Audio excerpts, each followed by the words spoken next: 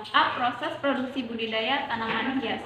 Bahan untuk budidaya tanaman hias: yang pertama benih atau bibit, yang kedua media tanam, yang ketiga pupuk, yang keempat zat pengatur tumbuh, yang kelima pestisida, yang keenam mulsa plastik, yang ketujuh sungkup, dan yang kedelapan polybag atau pot.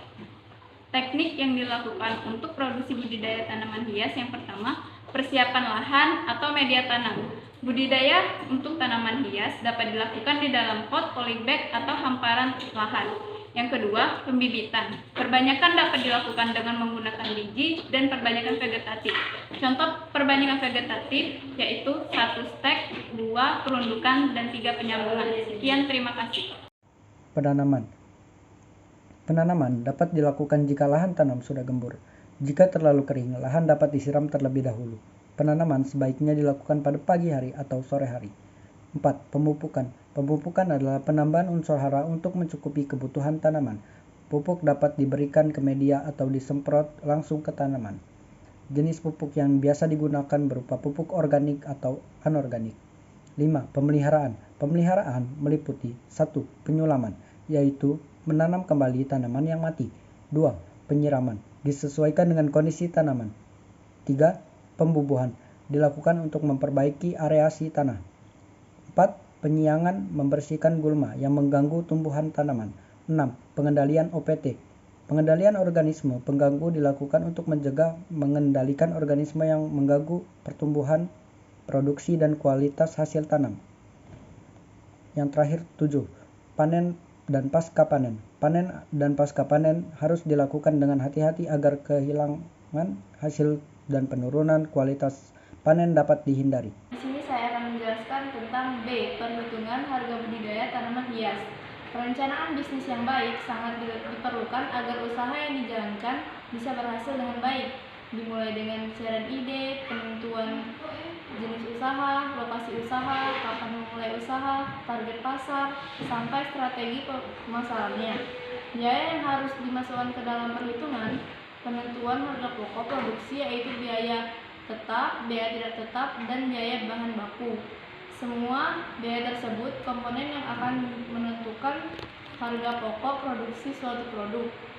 HPP atau unit adalah HPP yang dibagi dengan jumlah produk yang dihasilkan. Harga jual yaitu HPP yang ditambah dengan laba yang diinginkan.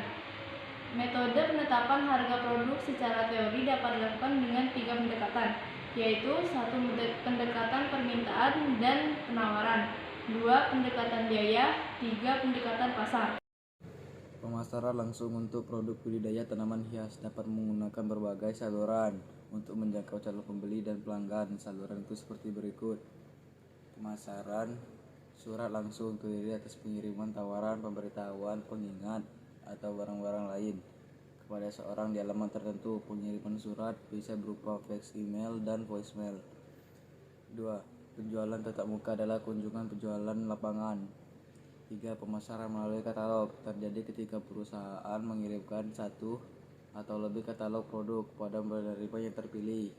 4. Telemarketing menggambarkan penggunaan operator telepon untuk pelanggan baru untuk berkontak dengan pelanggan yang ada guna mengetahui dengan pasti level kepuasan pelanggan atau menggunakan pengambil pesanan. 5. TV dan media dan tanggapan langsung lain. 3. Syarat TV dalam mempromosikan penjualan langsung, iklan tanggapan langsung, saluran belanja di rumah, dan video XT dan TV interaktif. 6. Pemasaran melalui kios berupa mesin penerima pesanan pelanggan. Saluran terbaru dari pemasaran langsung adalah saluran elektronik. Istilah perdagangan elektronik menggambarkan satu varietas luas dari perangkat lunak atau sistem komputer elektronik, seperti pengiriman pesanan, pembelian kepada pemasok melalui elektronik data exchange atau ID, penggunaan fax dan email untuk melakukan transaksi, penggunaan ATM, kartu smart untuk memudahkan pembayaran dan mendapatkan uang secara gratis. Ini diantaranya adalah sebagai berikut. 1. Pertemuan rutin. Pertemuan rutin pada area paling kecil, misalnya RT, RW, komplek. 2. Pameran bazar. Saat ini banyak sekali diselenggarakan pameran bazar, baik oleh instansi, departemen tertentu, maupun pihak swasta dan perorangan. 3. Media sosial. Keberadaan media sosial saat ini sudah begitu menjamur, di mana berbagai kalangan sudah sangat familiar dengan Facebook, Twitter, Instagram, dan lainnya. C. Pemasaran langsung budidaya tanaman hias. Yang pertama, produk. Beberapa hal yang penting diperhatikan mengenai produk adalah kualitas yang mampu menjawab dan memuaskan keinginan konsumen. Kedua, kuantitas yang sanggup memenuhi kebutuhan pasar. Yang ketiga, penciptaan produk baru yang inovatif sesuai keinginan konsumen. Yang keempat, penciptaan nilai tambah pada produk. Dan yang kelima, penciptaan produk yang mempunyai daur hidup panjang. Yang kedua, ada harga. Pada penetapan harga produk, beberapa hal yang perlu dipertimbangkan diantaranya yaitu 1. Mempertimbangkan harga pokok produksi. 2. Menyesuaikan harga produk dengan pasar yang kita bidik. Dan 3. Melakukan perbandingan harga dengan produk sejenis yang sudah ada di pasar. Yang ketiga, ada tempat. Penetapan tempat penjual produk bisa dilakukan sebagai berikut. Yang pertama, lokasi penjual sebaiknya yang mudah dijangkau konsumen. Yang kedua, lokasi penjualan yang memiliki fasilitas yang memuaskan konsumen. Dan 3, lokasi yang mempunyai nilai tambah, ada arena bermain anak dan keluarga. Yang keempat, yaitu promosi. Beberapa saluran promosi yang bisa digunakan dalam membantu meningkatkan penjualan produk bisa melalui media sosial atau website.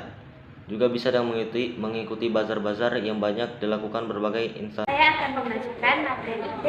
Perumusan hasil kegiatan usaha budidaya tanaman hias.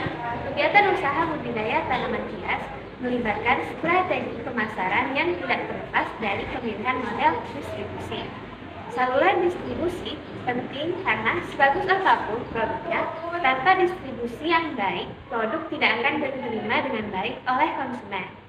Saluran distribusi meliputi supplier, manufacturer, distributor, retailer, dan pelanggan.